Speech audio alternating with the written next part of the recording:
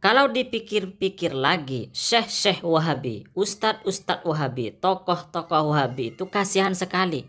Mungkin mereka puyeng karena ternyata Syekh Albani yang dipoles sebagai ahli hadis, yang dipoles sebagai panutan, sebagai imam di dalam memahami agama, terutama di dalam masalah hadis, bahkan juga di dalam masalah fikih, kemudian dianggap sebagai panutan, dianggap sebagai orang yang ahli dalam agama.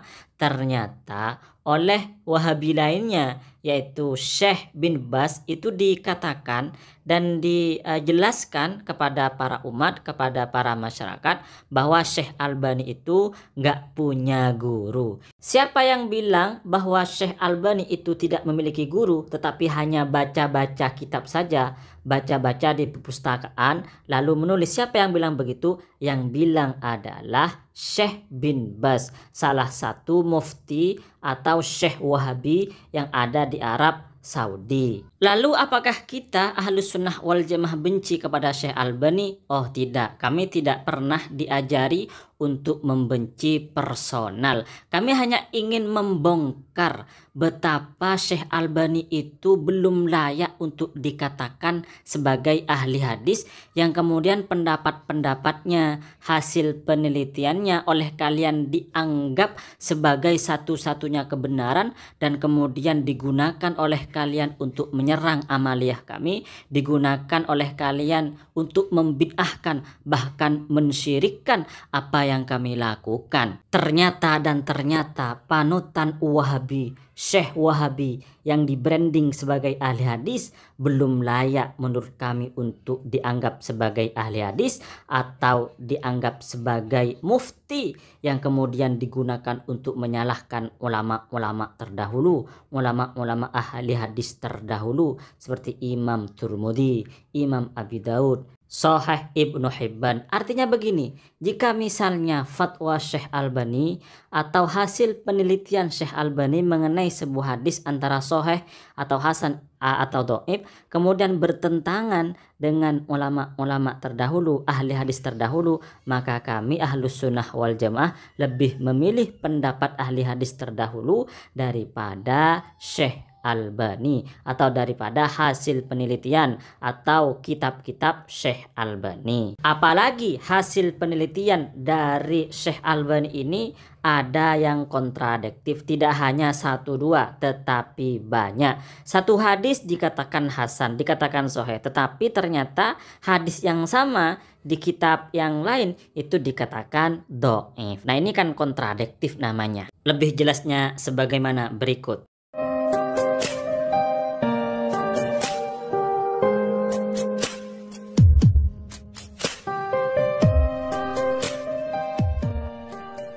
Para ustadz Wahabi dan kaum-kaum Wahabi sangat mengidolakan Syekh Albani.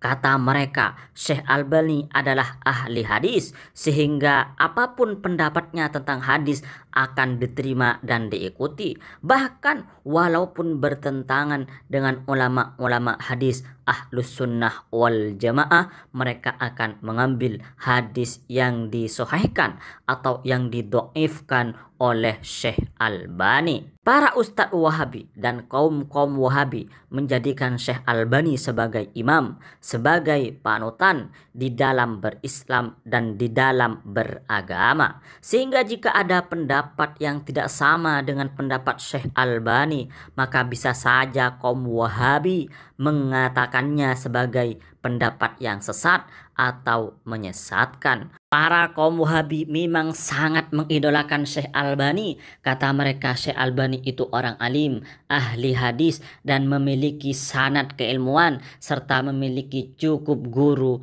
untuk dikatakan sebagai orang alim atau orang yang berilmu. Di antara guru-guru Syekh Albani adalah ayahnya sendiri.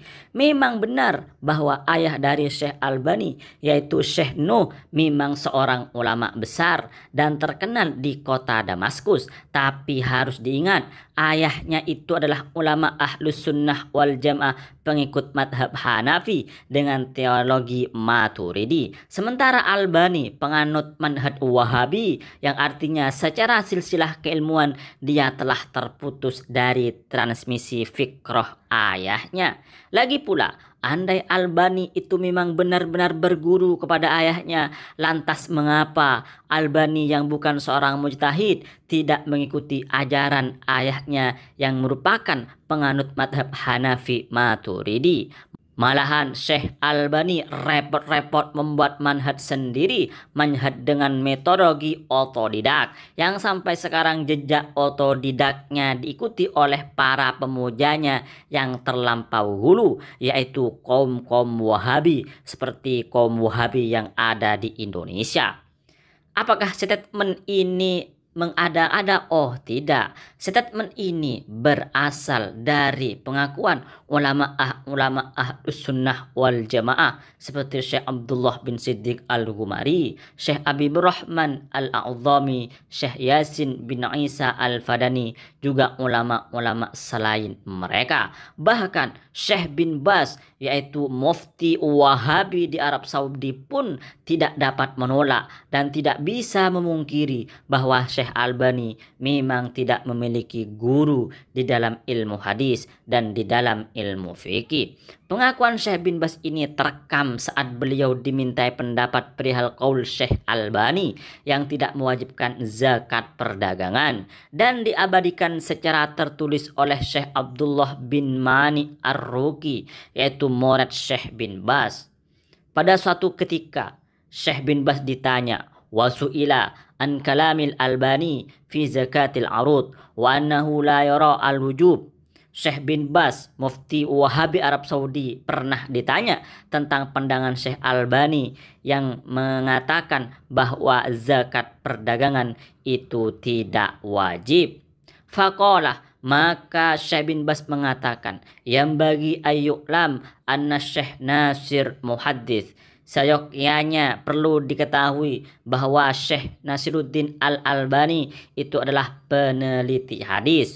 Walam yakun lahu syuyukhun yaqra'u alaihim, tetapi Syekh Albani tidak memiliki guru-guru untuk belajar atau telaki kepada mereka.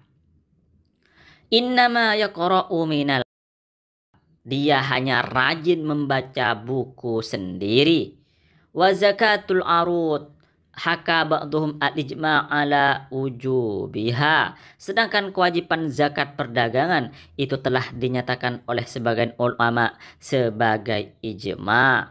Wa fiha haditsana yashuddu ahadumal akhar, dan terdapat dua hadis yang saling menguatkan antara satu dengan lainnya.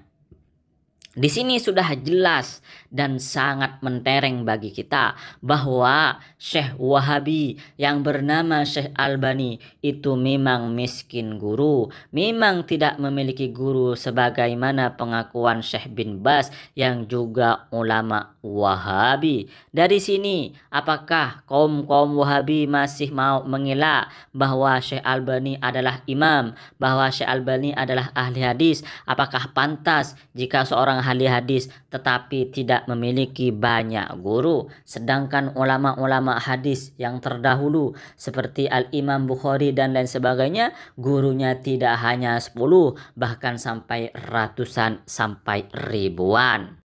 Coba kita lihat ulama-ulama terdahulu, misalnya Imam Bukhari. Imam Bukhari adalah ahli hadis dan kitab hadisnya adalah hadis yang paling sahih di dalam masalah hadis. Ternyata Imam Bukhari ini berguru kepada 1080 guru. Jadi gurunya Imam Bukhari itu sebanyak 1080. Sedangkan Syekh Albani yang digadang-gadang, di branding sebagai ahli hadis, menurut bin Baz nggak punya guru. Bahkan ada yang mengatakan gurunya cuma ada sekitar 5. Atau misalnya guru-guru Imam Muslim. Di sini dijelaskan bahwa guru-guru Imam Muslim itu sekitar 220 ahli hadis.